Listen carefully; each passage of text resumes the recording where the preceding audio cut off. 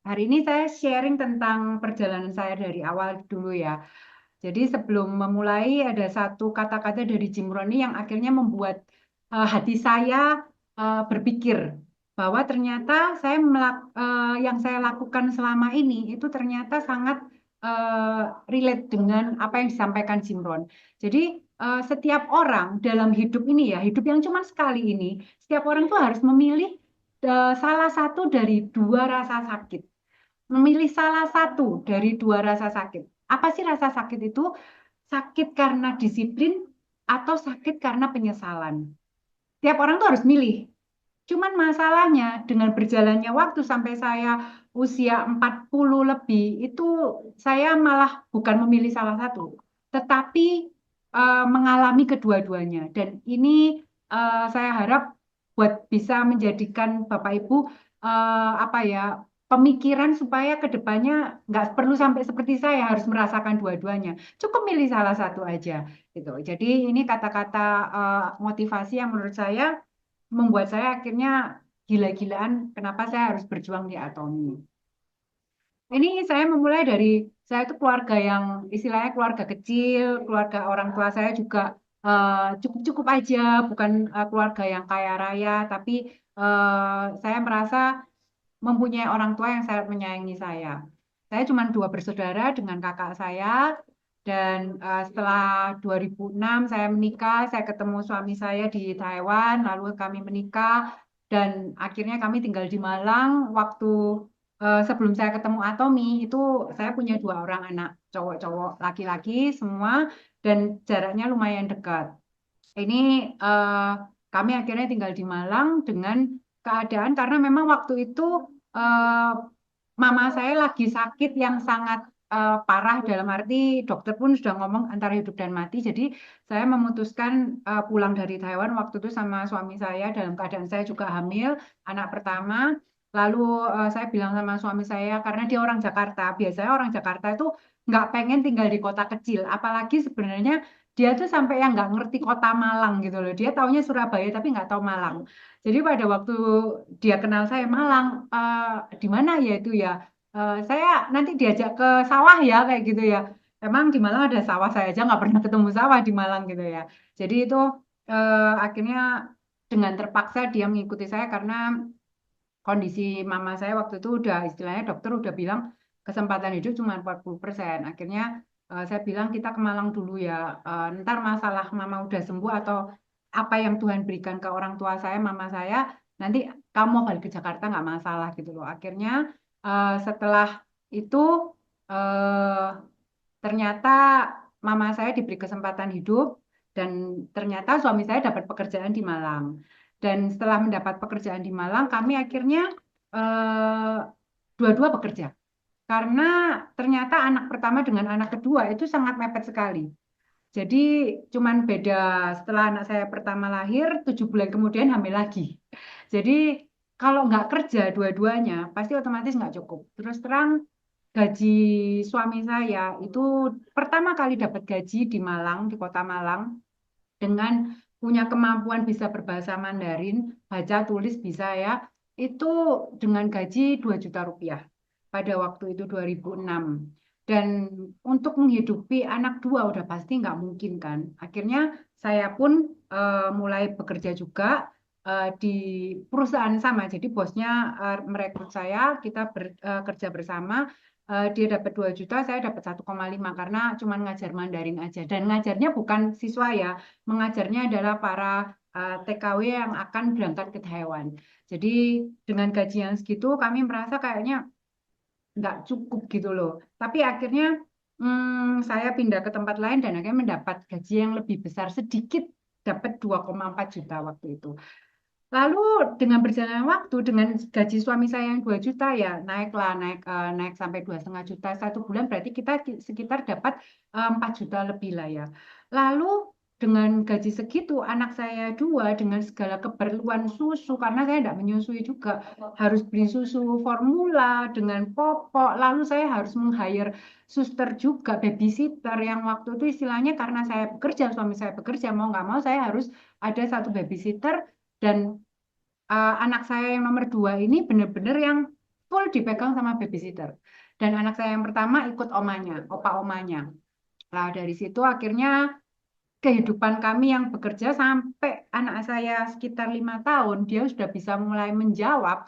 Anak saya yang nomor 2 itu, karena memang malam nggak tidur sama saya. Dia benar-benar yang nempel sama sus banget, karena memang ya pagi nggak pernah ketemu mama, malam juga nggak pernah ketemu. Saya pulang, dia sudah tidur. Jadi dalam keadaan seperti itu, akhirnya selama 5 tahun anak saya sudah playgroup, dia mulai uh, bukan berulah lah, tapi kesalahan saya murni, kesalahan orang tua murni bahwa tiap kali ditanya, kalian anaknya siapa? Dia bilang anaknya sus. Jadi karena dia sudah tidur sama sus, makan sama sus, yang kelihatan setiap hari sama sus, jadi dia bilang kalau ditanya orang anaknya sus, bukan anaknya mami, bukan anaknya papi, bukan anaknya opa oma juga bukan. Jadi setelah kejadian seperti itu sebenarnya itu kalau buat teman-teman saya itu kayak buat lucu-lucuan gitu loh Bapak Ibu, tapi kadang kita ketawa tapi kan pasti mikir ya, kok anak sendiri itu sampai nggak mengakui mamanya, itu berarti kan ada sesuatu yang salah gitu ya. Jadi pada waktu itu akhirnya saya memutuskan ya udahlah, saya berhenti kerja. Tapi akhirnya suami saya dapat pekerjaan di Surabaya dan saya berhenti kerja. Lah, dalam keadaan berhenti kerja itu kan penghasilan nggak mungkin cukup juga. Suami saya di Surabaya dapatnya gaji 2 kali lipat, tapi kan saya nggak bekerja. Otomatis mau nggak mau saya harus memikirkan cara bagaimana untuk bisa mencari pekerjaan yang bisa saya lakukan dari rumah sambil saya eh, mem- menjaga anak saya sendiri. Cuman Bapak Ibu dalam perjalanan menjaga anak sendiri itu anak saya yang kedua itu terus terang setelah susnya tidak babysitternya nggak bekerja lagi, dia otomatis membuat ulah. Terus terang mencari perhatian yang sangat lebih, akhirnya sampai saya harus apa ya ke psikolog, saya harus terapi dia juga, di mana untuk membuat anak dari anak sus menjadi anak mami. Dan itu memang butuh waktu yang sangat, istilahnya 1 tahun tuh saya benar-benar sambil cari pekerjaan sambil terapi dia juga. Lalu akhirnya apa yang bisa saya kerjakan di rumah saya kerjakan. Di situ saya mulai jadi marketing. Marketing itu bukan marketing di perusahaan, tapi singkatannya adalah makelar everything. Semua yang bisa dijual saya jual. Mulai dari jual temen nawarin ini ada baju muslim nih dari apa Jakarta itu apa Tanah Abang. Dia punya toko Tanah Abang. Ya udah saya coba jual eh, jualan bakso cilok itu saya jualan. Jualan eh, roti dari Blitar ada yang bilang nih rotinya enak kamu jual di Malang. Dari saya jadi marketing itu Bapak Ibu. Saya ternyata bukan jiwa orang pedagang. Jadi memang saya itu terus terang nggak pinter jualan. Cuman kalau misalnya istilahnya ngomong kerjaan itu dapat duit nggak dapat hasil kalau menurut saya. Cuman modal aja kadang istilahnya jualan terus terang ya. Saya jualan baju yang baju muslim dari teman saya itu banyak ditipu orang. Akhirnya ngambil dulu pertama bayar bayar bayar lama-lama hilang. Lalu yang kayak jualan bakso cilok itu terus terang saya tuh nggak bisa ngambil untung banyak-banyak. Saya itu bukan tipe pedagang banget, bukan tipe orang Cina, istilahnya keturunan yang istilahnya pinter banget cari cuan duit dari penjualan tuh nggak bisa. Karena apa? Saya tuh nggak tega. Begitu ditawar orang, misalnya bakso saya jual waktu itu 2.000 gitu ya, karena bakso keju, baksonya 2.000 gitu ya. Sudahlah, saya beli 20 biji, kamu kasih diskon ya. Sebenarnya tuh nggak masuk, 2.000 aja itu nggak masuk gitu loh. Kerja pagi sampai malam, istilahnya saya mulai dari proses produksi, eh, bikin kuahnya, bungkusin semuanya, sampai saya nganter sendiri ke rumah-rumah itu saya kerjakan sendiri semuanya. Jadi kalau misalnya pernah, wah seneng banget ya dapat pesanan dalam 1 hari itu 1.000 bakso keju Bapak Ibu. Dan itu bayangkan kerjanya kayak apa? Karena apa? Semua saya antar sendiri naik motor. Pernah hujan-hujan pun saya istilahnya ya saya belain untuk nganter pesanannya orang karena mereka istilahnya udah nungguin nih PO-nya hari ini. Tetapi saya nggak dapat hasil apapun karena apa? Memang saya nggak punya jiwa berdagang. Istilahnya kalau dibilang rugi ya udah rugi kayak gitu. Nah dari situ akhirnya saya udah kayaknya nggak bisa nih kayaknya kerja kayak gini nggak bisa. Nah, lalu akhirnya saya ketemu dengan bisnis-bisnis yang lain. Dan ini bisnisnya saya nggak sengaja saya dengarkan dari radio. Jadi dari trading option itu saya dengar dari radio. Iklannya itu Bapak Ibu sangat luar biasa. Pada waktu Anda mendengar radio ada iklan, ibu-ibu, bapak-bapak yang mau bekerja di rumah saja, setiap hari dapat penghasilan 2 juta rupiah.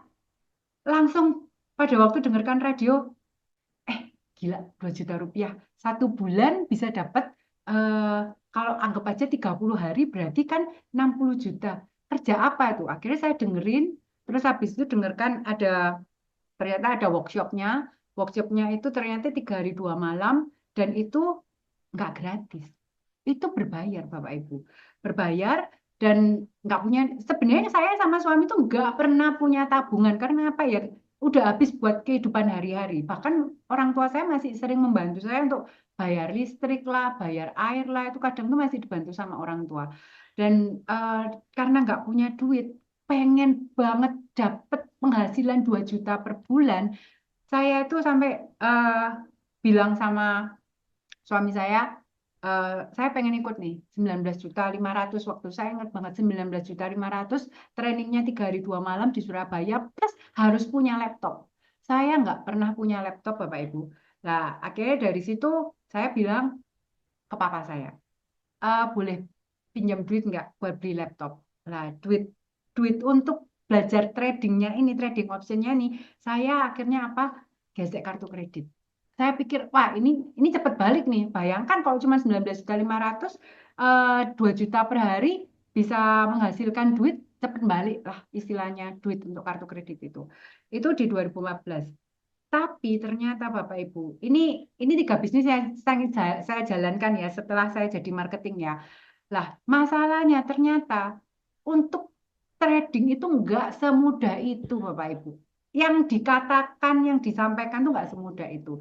Dan masalahnya adalah pada waktu saya mau menjalankan bisnis ini, harusnya yang disampaikan itu banyak orang yang menyampaikan sekarang. Dulu saya nggak ngerti. Kalau kamu punya uang lebih yang nggak dipakai, siap hilang kapanpun, kamu mau pakai buat trading itu nggak masalah. Masalahnya kan saya nggak punya duit. Saya nggak punya uang, akhirnya saya pakai kartu kredit, akhirnya saya pinjam orang tua juga. Istilahnya itu duit ini yang saya pakai adalah bukan duit nganggur. Duit yang istilahnya saya harus siap untuk bayar cicilannya tiap bulan, kan seperti itu. Nah, dari situ masalahnya kesalahan saya akhirnya karena tergiur dan istilahnya tergiur keserakahan. Saya bilang ini adalah greedy. Keserakahan yang menurut saya itu eh, seorang ibu rumah tangga itu pengennya cepet dapat duit. Buat saya itu waktu itu pokok cepet dapat duit, bisa cepet kaya, cepet cepet bisa membayar hutang, bisa membayar ini. Akhirnya saya itu apa? Semua modal untuk trading itu saya pakai kartu kredit.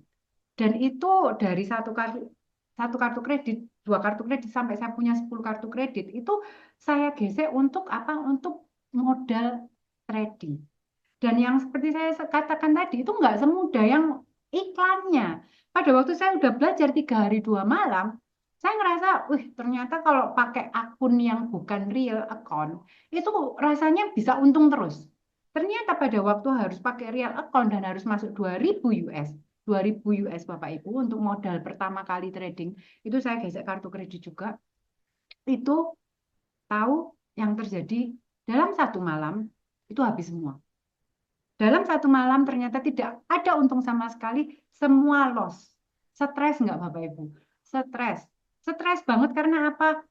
Udah tadi utang belanja pertama 19 juta belum terbayar, sudah ngesek lagi kartu kredit kedua untuk modal 2.000 US, itu benar-benar yang istilahnya ya apa cara bayar? Gimana cara bayarnya gitu loh. Sedangkan penghasilan suami nggak mungkin bisa untuk membayar kartu kredit ini. Akhirnya pada waktu itu eh, kenal lagi sama teman-teman, sesama yang kalah, sesama yang loss, sesama yang nggak bisa sukses di trading option bilang, ini ada trading yang lain, trading option forex pakai robot, kita nggak usah jalanin, nggak usah klik-klik, cuman nanti robotnya yang jalan sendiri. Dengan pemikiran begitu, kita pikirannya udah apa? Saya mikirnya gimana caranya menghasilkan uang cepat supaya bisa membayar hutang-hutang yang sebelumnya nih kan. Ikutlah namanya trading forex, bayar robot trading, beli robotnya, sampai akhirnya modalnya waktu itu kalau nggak salah 10 juta lebih. Kalau forex lebih, nggak harus, nggak minimalnya nggak 2000 US, dia bisa berapa aja. Cuman kembali ke mindset saya untuk trading itu nggak kuat. Yang harus dibuat untuk seorang trader yang kuat harus mindsetnya. Saya begitu kelihatan untung, nggak siap saya jual. Saya tungguin nanti siapa tahu lebih naik lagi, lebih untung lagi. Akhirnya Pak loss juga. Robot pun sudah nggak bisa mengatasi juga. Sampai akhirnya sekitar 30 jutaan hilang di situ. Saya nggak bisa tidur Bapak Edu. Namanya mikirin mikirin trading, mikirin loss, mikirin ngutang, itu benar-benar nggak bisa tidur. Dan akhirnya sudah sampai sekarang, saya pun masih kapok dengan yang namanya trading-tradingan. Meskipun banyak orang bilang trading bisa bikin kaya lah, investasi trading Anda bisa kaya dan lain-lain. Saya udah kapok. Karena apa? Ya memang saya mungkin ilmunya belum sampai sana, tapi saya pengen cepet sukses, pengen cepet kaya. Yang namanya pengen cepet, itu pasti nggak ada yang, namanya bisnis nggak ada yang instan lah. Seperti itu. Akhirnya saya ketemu lagi yang namanya network marketing. Tapi kembali adalah kesalahan saya dalam berbisnis sudah nggak punya modal, masih sok-sokan pakai kartu kredit, akhirnya banyak sekali hutang yang gali lubang tutup lubang. Ini terus terang benar-benar membuat saya akhirnya yang sampai tidak bisa tidur, lalu saya juga ribut sama suami juga karena masalah. Saya akhirnya bilang ke suami, saya punya hutang segini, segini, segini, kartu kredit, dan akhirnya sampai, ya namanya keluarga, ujung-ujungnya pasti masalahnya adalah keuangan. Dan memang sangat kesalahan saya tahu kesalahan saya pribadi, di mana istilahnya semua itu kepengen cepat, pengen cepat, pengen cepat, dan namanya itu adalah greedy atau serakah. Nah, ini terakhir akhirnya pada waktu saya sudah nggak trading-tradingan, saya ketemu lagi bisnis di Facebook. Saya lihat di Facebook teman saya, itu ibu-ibu berdaster bisa mendapatkan penghasilan hanya kerja dari rumah saja. Otomatis pengen nih ya, langsung lihat ibu-ibu berdaster gitu ya, bisa dikerjakan dari rumah aja. Jadi akhirnya saya tanya, bisnis apaan gitu ya. Akhirnya dikenalkan sama satu, ternyata network marketing. Dan itu saya yang istilahnya sudah habis-habisan sebenarnya, istilahnya habis-habisan. Itu saya akhirnya mengerjakan bisnis network marketing itu, dan selama satu tahun saya jalankan, ternyata saya juga gagal juga, Bapak Ibu. Bukan, saya nggak bilang perusahaannya jelek atau lain. Saya nggak bisa jalankan. Kenapa? Karena apa? Ternyata saya sendiri pada waktu menjalankan network marketing ini, salah satu network marketing ini, dia harus pertama dia ada tutup poin. Dia ada tiap bulan harus pendaftaran berbayar. Yang ketiga adalah ternyata produknya saya itu nggak bisa pakai produk yang dijual di network marketing itu, saya tuh nggak ada yang bisa pakai. Otomatis kalau saya nggak pakai, saya nggak bisa cerita ke orang lain. Nah, apalagi nggak bisa menjual ke orang lain karena saya nggak bisa bercerita apapun kan tentang itu. Dan ternyata supaya mengejar peringkat, jadi peringkatnya itu ada yang 3%, 6%, 12%, beda sama Atomi ya pada waktu itu ya. Saya demi mengejar sampai ke 12%, itu saya itu nggak punya jaringan, dalam arti saya bekerja tanpa jaringan, saya nyetok barang, berharap nanti barangnya bisa dijual. Akhirnya dengan stok barang itu saya menggunakan kartu kredit lagi, Bapak Ibu, sudah yang kemarin nggak belum terbayar, masih istilahnya gali lubang tutup lubang. Sampai akhirnya saya nyetok barang dalam setahun, eh, stok saya numpuk semua. Bonus tertinggi yang saya terima di network marketing itu di level 12% itu cuma 1.700.000. 1.700.000. Kenapa akhirnya saya bilang dalam berbisnis saya itu selalu gagal. Selalu gagal kenapa? Karena saya tidak tahu tentang bisnis itu. Saya tidak mempelajari bisnis itu dengan baik. Saya tujuannya apa? Cuman duit. Saya berharap saya cepat dapat uang, saya cepat bisa apa ya? Istilahnya keserakahan itu selalu menempel karena apa? Sudah dikejar hutang. Kalau orang udah dikejar hutang, pikirannya pengen cepet dapat duit. Nah, di situ akhirnya 2017 saya kenal dengan MLM ini, akhirnya 2018 saya berhenti. Persis di Juli 2018 saya menyatakan berhenti, sampai akhirnya eh, ini kesalahan saya, dan sampai akhirnya saya harus eh, bercerita kepada orang tua saya dengan berharap mereka bisa membantu saya untuk membayar hutang-hutang saya. Dan 2018 bulan September itu Juli saya sudah berhenti, tidak melakukan semua bisnis apapun. Saya cuma jaga anak, saya cuma istilahnya mengerjakan pekerjaan rumah saja dengan tidak ada penghasilan sama sekali. 2009 2018 bulan September, teman suami saya yang orang Taiwan itu telepon ke suami saya, bilang, ini ada satu bisnis, kesempatan bisnis, mungkin kamu bisa ngerjakan atau enggak istrimu yang ngerjakan.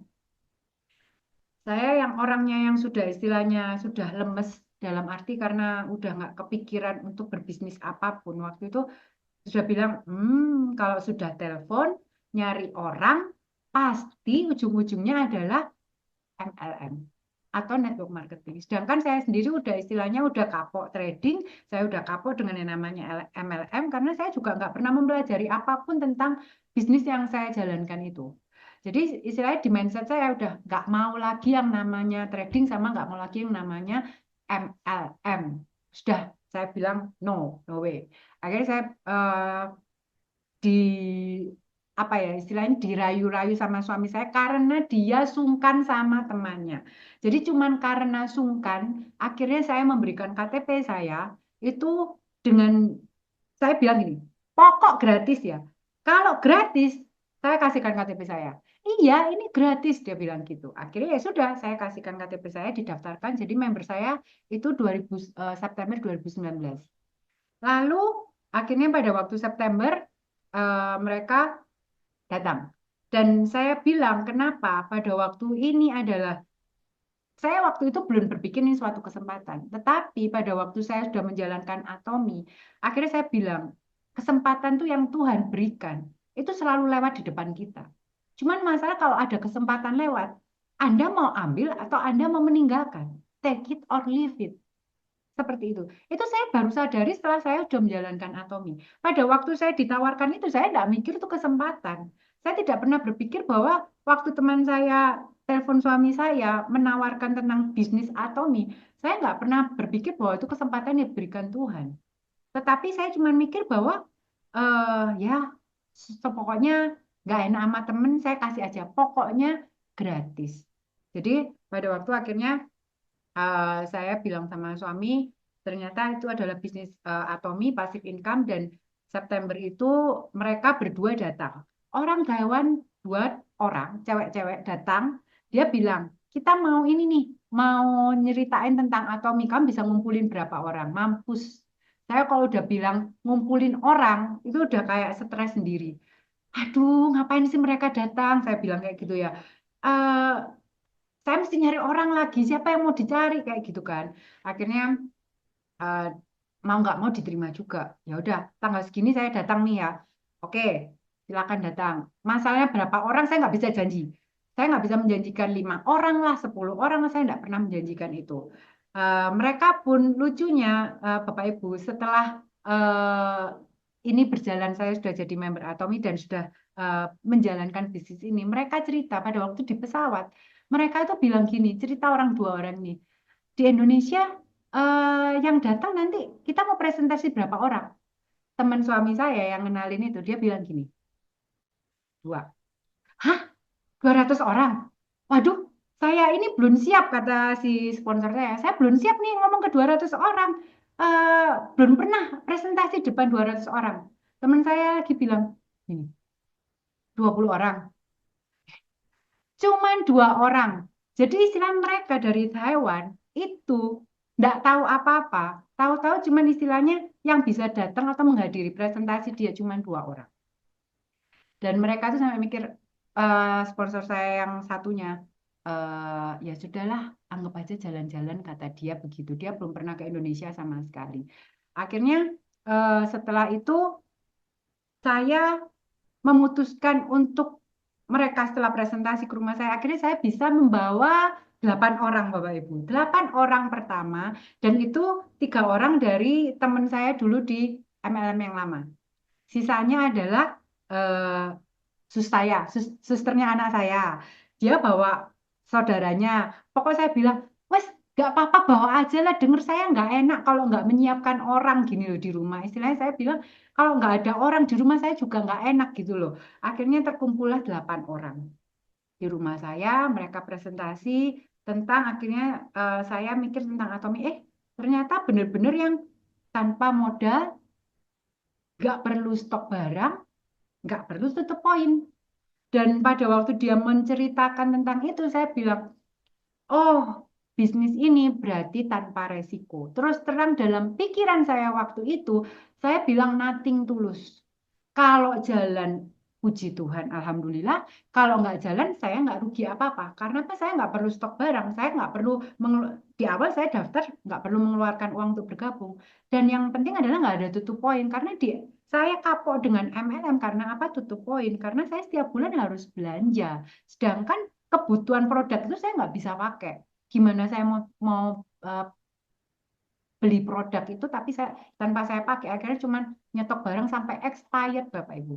Lah, karena 3 hal ini, terus terang di awal pikiran saya itu saya nggak pernah akan memikirkan menjalankan bisnis ini sama sekali.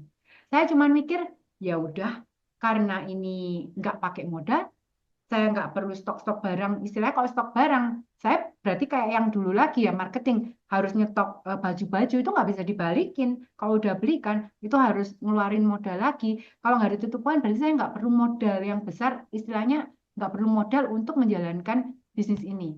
Tapi waktu itu yang disampaikan adalah, gampang kok, kata sponsor saya waktu itu.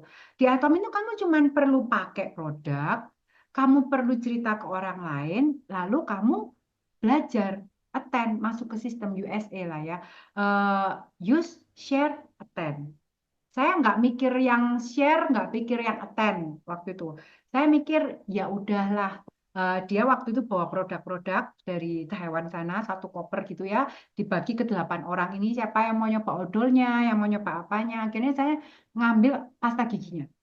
Saya ngambil pasta gigi sama ngambil sikat giginya.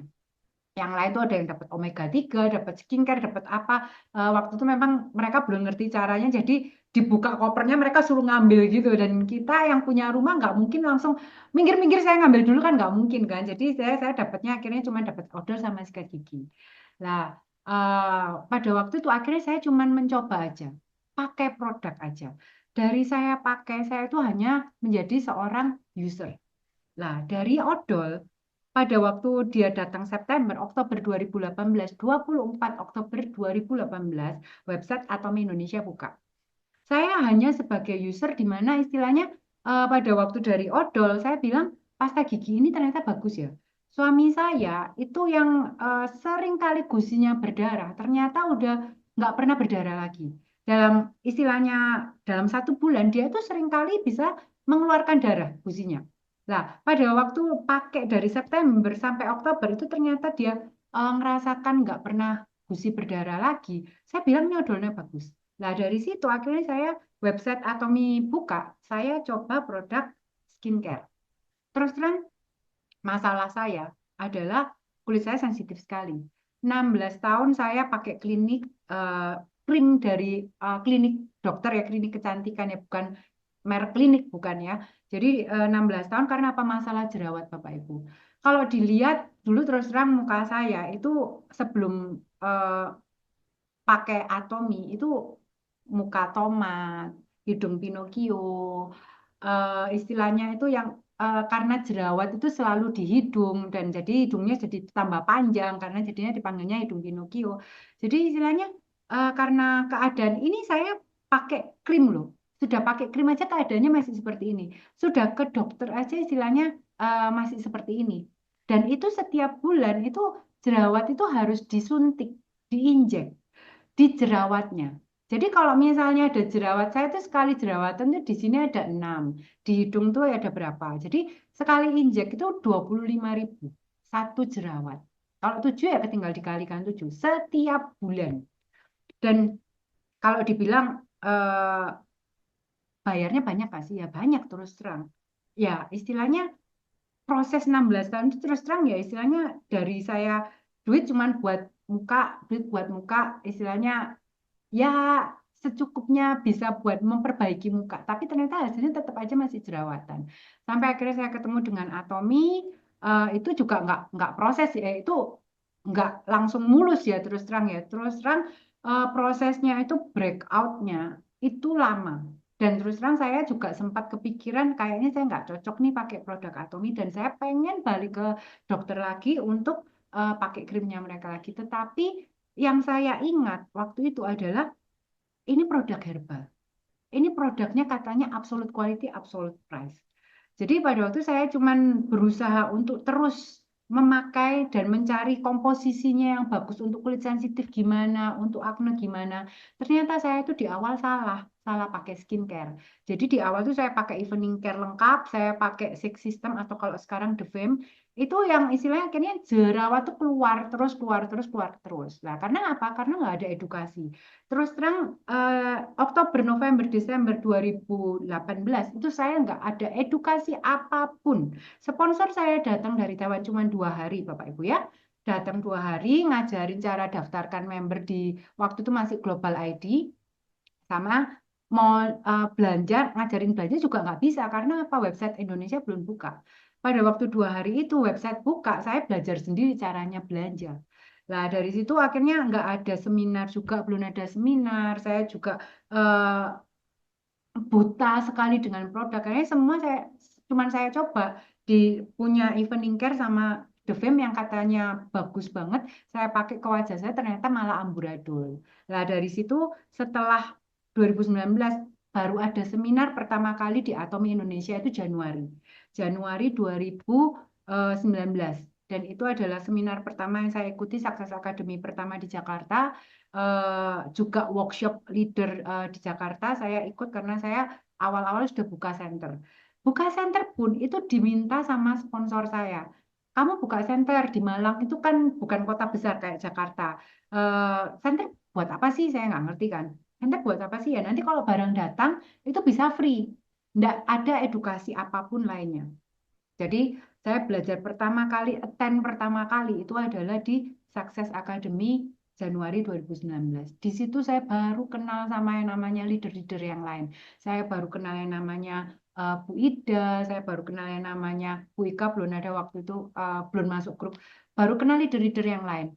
Dan istilahnya selama 2018 itu Oktober sampai ini setelah saya jadi pemakai, saya jadi konsumer, ini foto yang paling kanan itu udah 1 tahun lebih, hampir 2 tahun proses untuk sampai bisa jadi seglowing itu, sesehat itu kulit saya. Dan kalau Bapak Ibu sering ketemu saya juga, sudah jauh lebih baik dan setiap orang yang ketemu saya itu selalu bilang, kok mukamu bagus pakai apa gitu ya. Jadi itu adalah karena saya dari user, saya dari pemakai aja.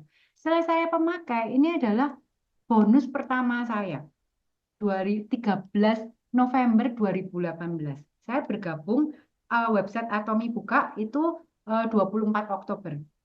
Tanggal 13 saya dapat bonus pertama. Ya, kalau orang bilang kok cepet, dalam 2 minggu udah dapat bonus. Karena bagaimanapun pada waktu di awal, itu kan Atomy belum buka, kita udah buka jaringan. Teman-teman, kita dari produk yang kita punya waktu itu, odol aja kita edar-edarkan. Dalam arti kamu coba 1 minggu ya, kamu coba 1 minggu sebelum websitenya buka. Pada waktu web buka, kita udah mulai belanja apa yang kita inginkan. Belum sampai ke skincare. Produk pertama yang saya jalankan di Atomy Indonesia itu cuma pasta gigi, sampo anti rontok, sama hair tonic. 3 produk itu yang terus terang kami kami istilahnya tim saya dan tim saya itu jalankan. Karena apa? Mau ngomong skincare mukanya masih belum bagus. Mau ngomong yang lain juga istilahnya produk yang lain itu di web Atomy yang masuk cuma sangat terbatas. Dan kebanyakan memang waktu itu suplemen belum ada, baru ada evening care, baru ada six system, absolute masuknya bulan 11, dan istilahnya mau cerita skincare tuh nggak bisa karena muka saya masih seperti tadi. Bayangkan dengan muka seperti ini. Ini foto saya ambil eh, April 2019. April masih seperti ini. Gimana orang mau percaya saya di Atomy itu ada skincare Korea gitu ya. Jadi istilahnya kalau mau ngomong bonus pertama saya itu karena memang cuman odol, sampo sama hair tonic. Karena itu memang yang bisa kita jual. Setelah itu produk itu kosong di web. Hampir 1 bulan lebih kosong semua di website. Ini tanggal 20 itu masih sisa-sisa pembelanjaan orang yang lama ya. Odol kosong, sampo kosong, semua kosong. Nah, setelah itu akhirnya sampai Desember itu produk akhirnya disuplai dari sponsor saya dari Taiwan. Jadi bulan November mereka datang lagi dengan membawa 3 koper besar dari Taiwan produk-produk odol, sampo, seperti itu ya, produk-produk yang bisa dibelanjakan di sana mereka bawa dan akhirnya kena juga bea cukai di Surabaya. Itu saya sampai deg-degan. Mereka datang membawa produk segitu banyak. Produknya hampir semua tuh ya sampo-sampo kayak gitu. Bayangkan ya, eh, kalau nggak salah 90 kilo. 90 kilo itu masih kena bea cukai. Malam-malam saya jemput mereka harus berhadapan dengan bea cukai. Itu rasanya kayak stres banget. Harus bayar berapa lagi gitu ya. Akhirnya waktu itu bayar kalau nggak salah 5 juta, sekitar 5 jutaan dengan 90 kilo. Mah gitu aja masih banyak yang bilang leader-leader yang lain, murah.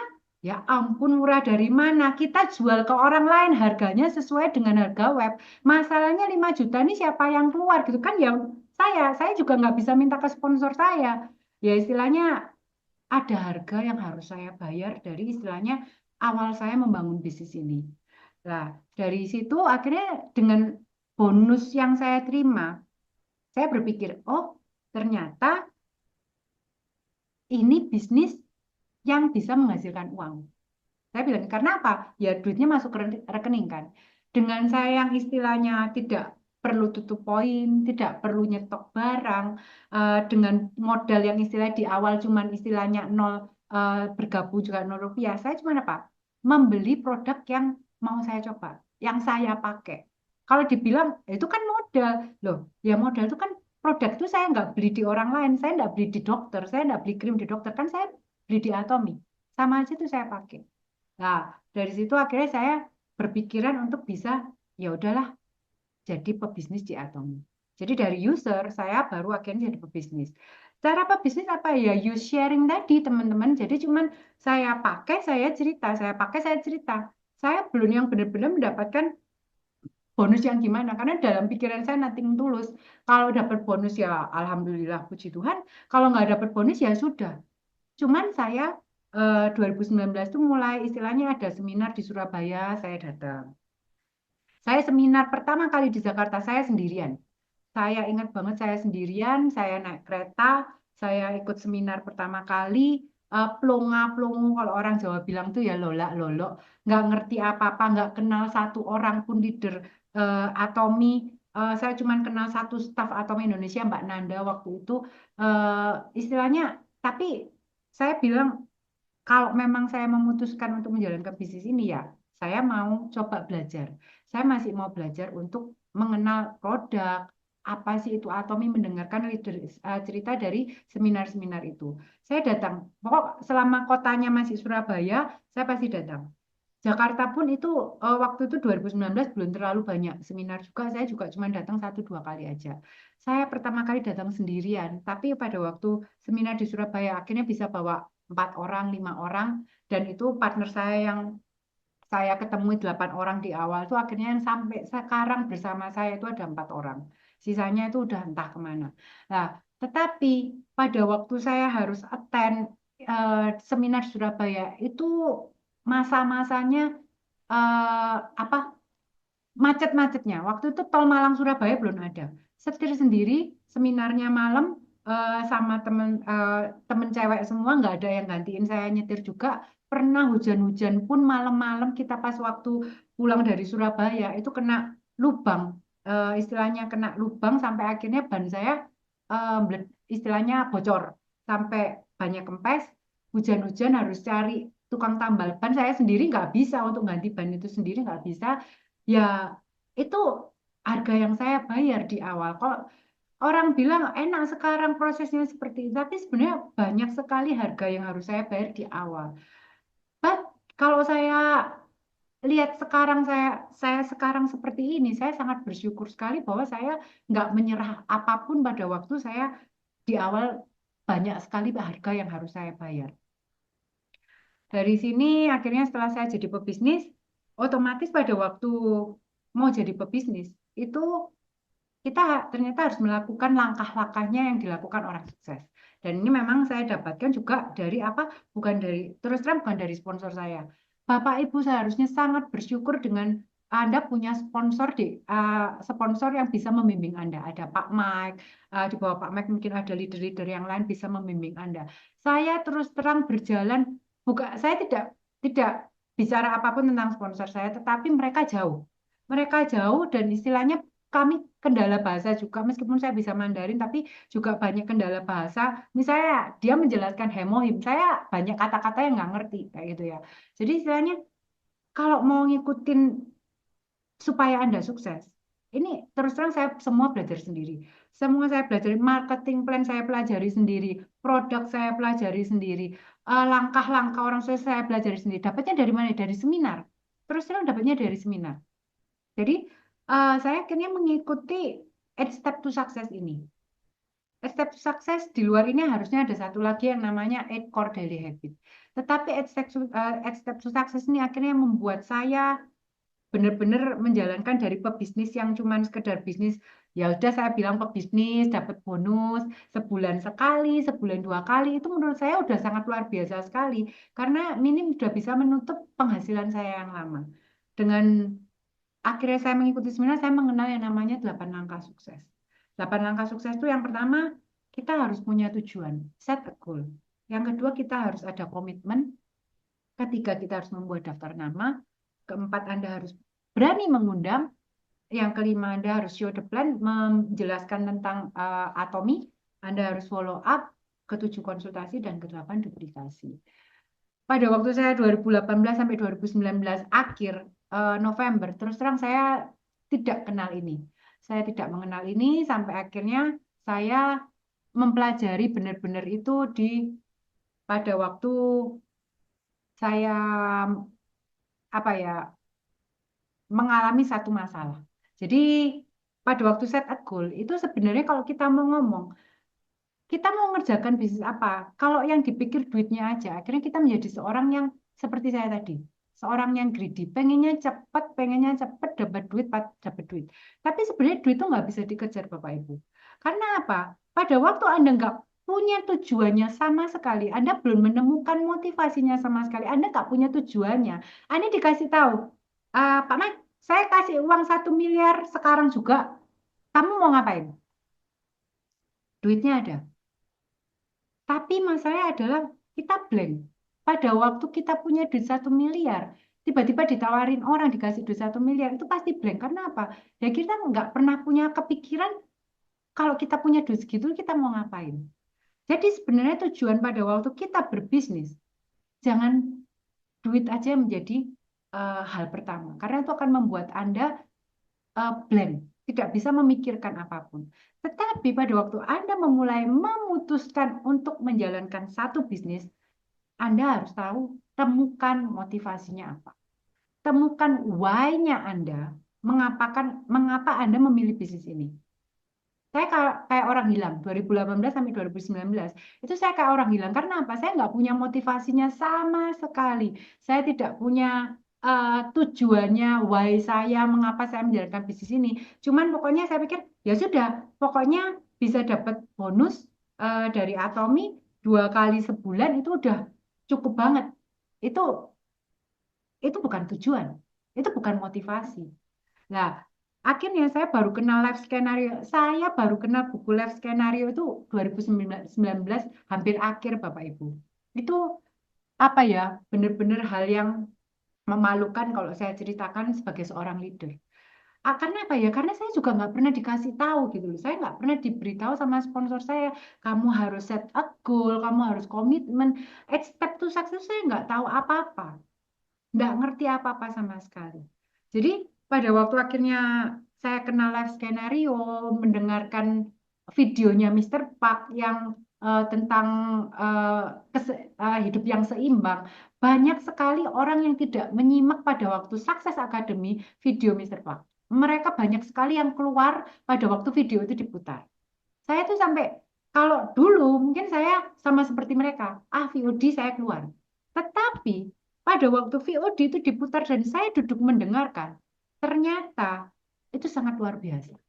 Akhirnya saya, oh ternyata buku live skenario itu bukan sekedar buku dream book.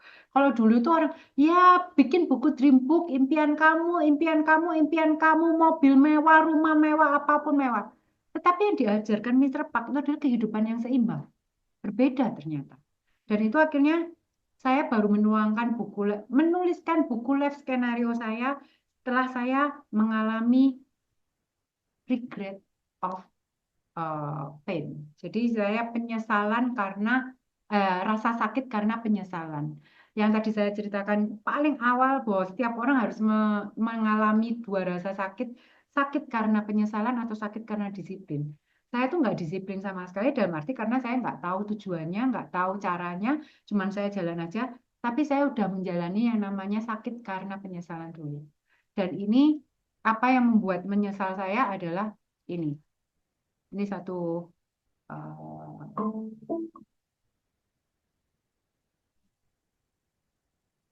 September, papa saya dipanggil Tuhan. 3 minggu kemudian, 3 minggu, mama saya juga pergi juga. Akhirnya saya dalam waktu 3 minggu itu kehilangan dua orang tua. Dan mengapa akhirnya saya bilang bahwa saya mengalami yang namanya rasa sakit karena penyesalan. Karena selama saya hidup 40 tahun, saya belum melakukan apapun untuk orang tua saya. Bahkan terus terang, saya menjual mobil orang tua saya untuk membayar hutang-hutang saya. Saya istilahnya punya hutang yang sangat banyak kepada orang tua saya. Dan mereka akhirnya pergi, istilahnya pergi tanpa aba-aba. Dan pada waktu saya kehilangan mereka di September dan Oktober, saya berpikir, kenapa? Kenapa sekarang, Ma? Kenapa sekarang, Pak? Saya bilang gitu. Kenapa kalian pergi sekarang? Sekarang saya itu lagi bangun bisnis dan Atom ini luar biasa menurut saya tuh saya pengen membahagiakan kalian, saya pengen membayar semua hutang-hutang ke kalian, tapi kalian udah pergi dulu. Kenapa sekarang? Tunggu saya sukses, baru Anda pergi. Masalahnya Bapak Ibu, waktu itu nggak bisa berputar. Kita nggak pernah tahu kapan orang yang kita cintai itu akan pergi meninggalkan kita. Nggak pernah tahu.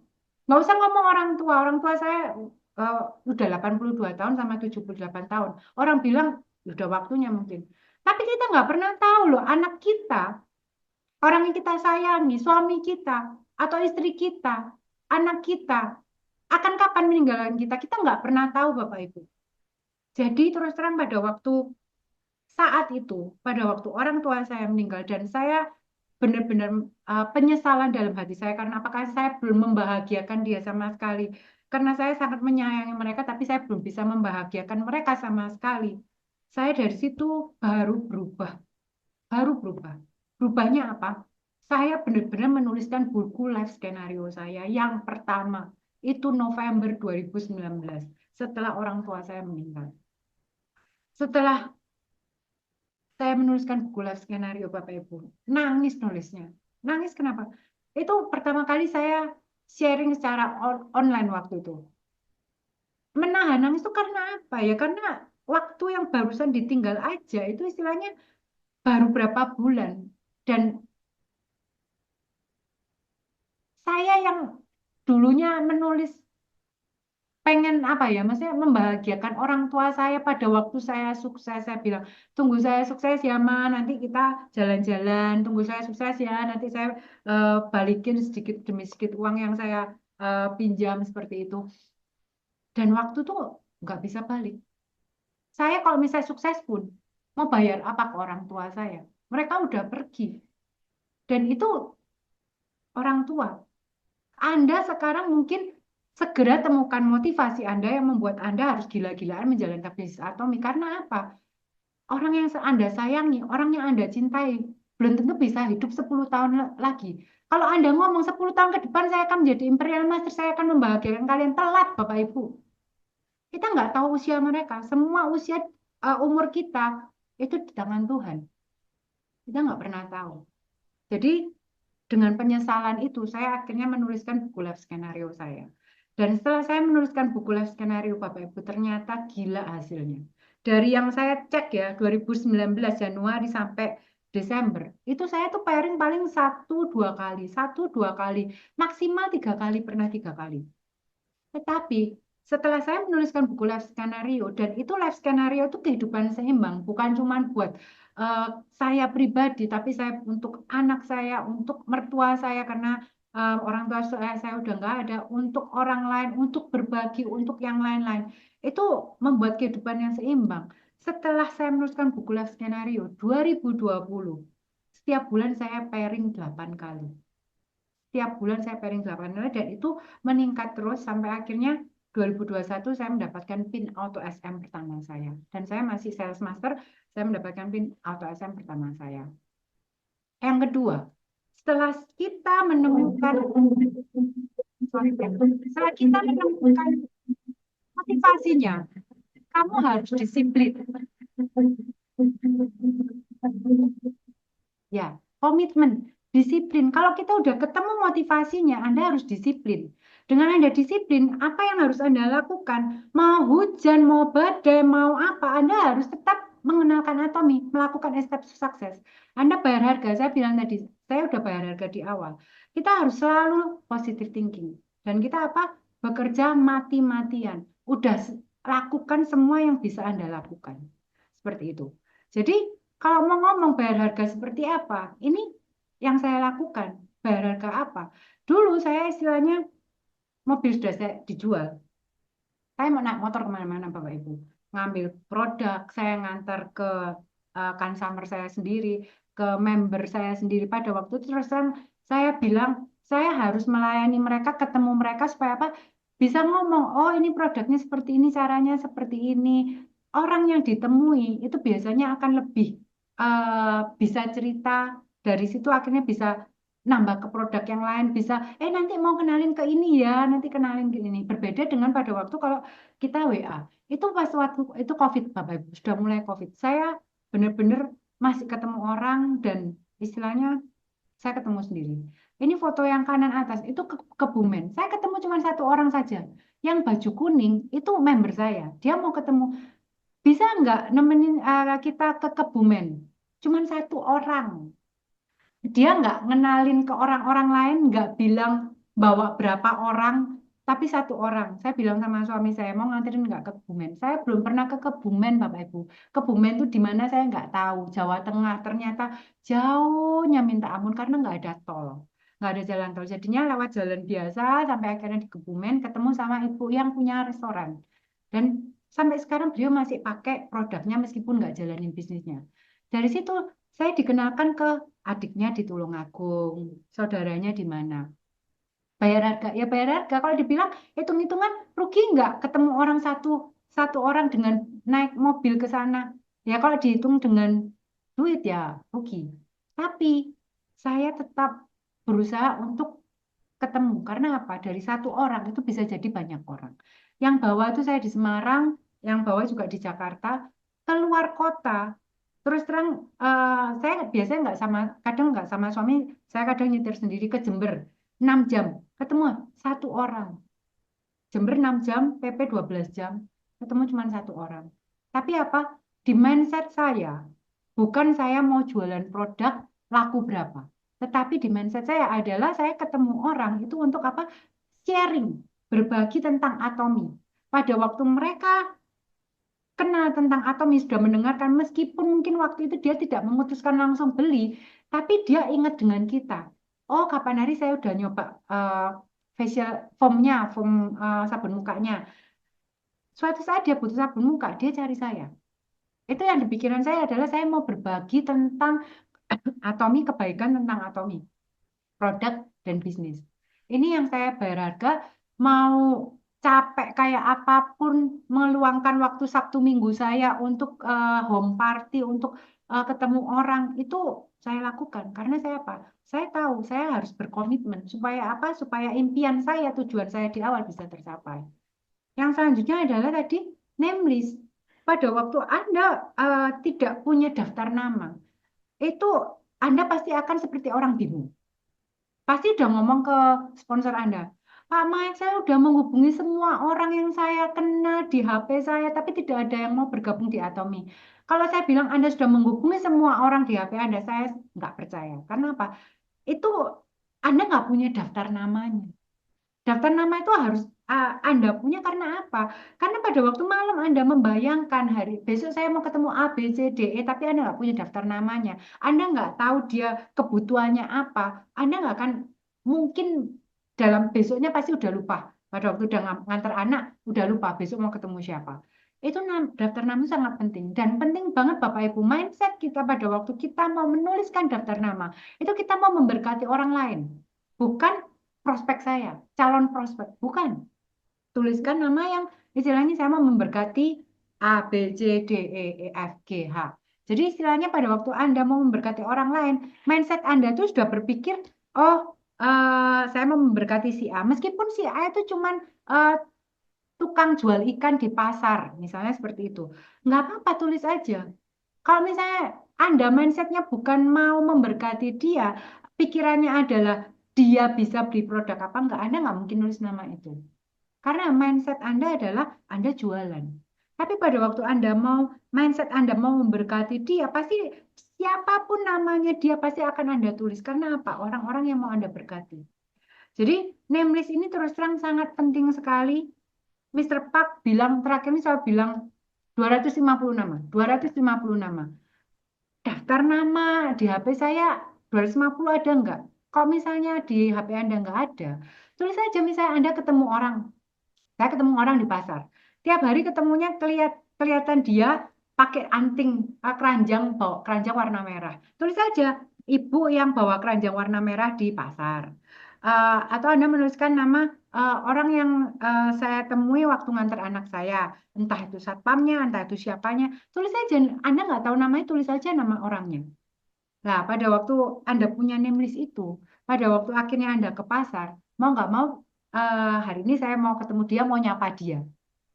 Kita bikin name list itu nggak usah mikir yang aneh-aneh. Dia mampu beli nggak ya? Dia bisa jalanin bisnis ya? Kayaknya nggak mungkin deh. Dia cuma tukang parkir, dia cuma tukang satpam. Kayaknya nggak mungkin bisa jalanin bisnis ini. Kalau di pikiran Anda sudah seperti itu, 250 nama nggak akan Anda tulis. Itu nggak akan Anda tulis. Dan name list ini sangat penting untuk akhirnya Anda tahu hitungannya. Anda tahu kualitas jaringan Anda pada waktu Anda menentukan target, Anda akan tahu, oh ternyata orang-orang saya yang harus saya follow up seperti ini, orang yang harus saya eh, show the plan seperti ini. Kalau Anda nggak punya daftar namanya, itu namanya cuman mimpi, mimpi di siang bolong. Nah, setelah Anda menuliskan daftar nama, mau nggak mau Anda harus mengajak mereka, mengundang mereka. Terus terang Bapak Ibu, menuliskan daftar nama itu gampang. Yang paling susah itu apa? Mengundang. Seperti ketakutan saya di awal. Saya mau disuruh sponsor, kamu bisa membawa berapa orang? Itu stres saya, Bapak Ibu. Stres. Kenapa? Karena apa? Saya nggak berani untuk mengundang orang. Dipikir nanti, mengenalkan bisnis apa MLM ya kayak gitu. Tapi ini harus Anda lakukan. Saya sangat salut sekali dengan grupnya Pak Mike. Setiap kali saya beli tiket SA, itu udah pasti 20 lebih. Luar biasa dan hampir semua lansia yang saya kenal ya. Itu menurut saya Bapak Ibu yang sangat luar biasa sekali yang istilahnya selalu mau hadir ke seminar Atomi.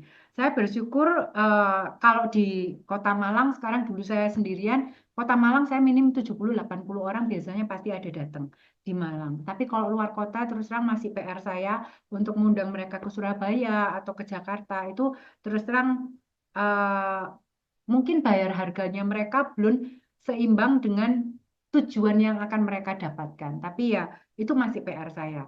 Tetapi di Malang sendiri terus terang untuk bisa 80 orang tuh biasanya bisa mengundang ke pusat pelatihan.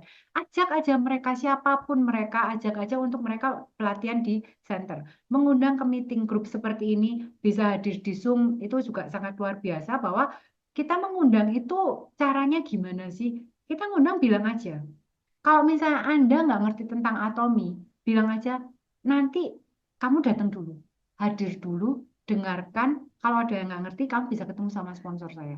Karena apa? Terus terang orang setelah datang ke seminar, setelah mendengarkan lecture-lecture, itu mereka akan terbuka pikirannya. Jadi kalau misalnya Anda mau mengundang mereka ke seminar, mungkin orang-orang yang baru, wes datang aja dulu. One day seminar gratis, datang aja dulu. Nah, setelah datang, mereka di seminar baru setelahnya gimana? Apa yang didapatkan dari seminar? Itu mengundang itu terus terang mungkin ada orang yang gampang mengundang, ada yang lebih susah untuk presentasi, mungkin seperti itu. Tapi mengundang itu terus terang adalah pekerjaan yang paling sulit. Karena apa? Ya pikirannya adalah nggak enak lah, sungkan lah, pasti nanti mereka nggak bisa lah, waktunya nggak ada lah. Itu kan dari pikiran Anda. Tapi Anda belum mengundang secara langsung mereka. Pada waktu Anda sudah mengundang, ternyata tidak sesuai dengan mindset Anda. Jadi mindset itu yang paling penting, Bapak Ibu. Karena apa? Pada waktu Anda mengundang mereka, kembali ke Anda mau memberkati mereka dengan bisnis ini, Anda mau memberkati mereka dengan produk Atomi. Nah, setelah itu ada show the plan, ini adalah ya kita presentasi kecil-kecilan. Kita cerita tentang, oh apa itu Atomi, perusahaan Atomi, produk, tentang rancangan pemasaran, visi perusahaan.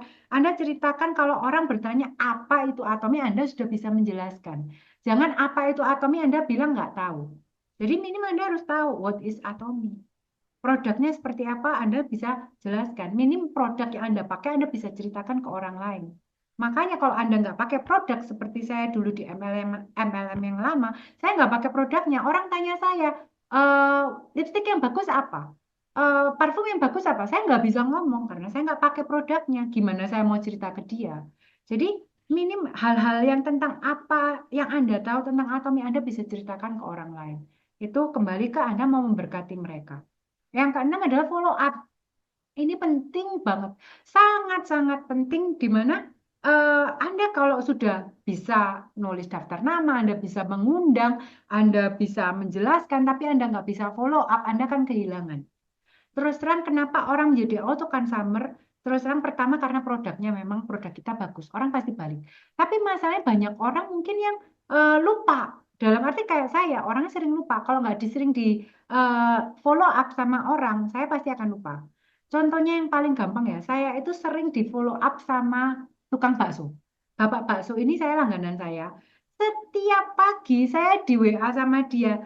Ci, perlu bakso tahu sama siomay yang enak enggak? Setiap hari, setiap pagi. Lama-lama, saya tuh cek stok bakso saya. Oh ternyata habis. Akhirnya saya pesen. Kalau dia enggak WA saya pasti lupa. Kalau stok bakso buat anak saya habis. Jadi sebenarnya follow up tuh penting banget. Kembali ke mindset. Anda jangan sungkan. Nggak enak nanti kalau mau tanya ke dia, mau follow up ke dia, nanti nggak enak sama dia. Kembali adalah Anda mau memberkati dia. Karena apa? Dengan follow up, Anda itu maintenance.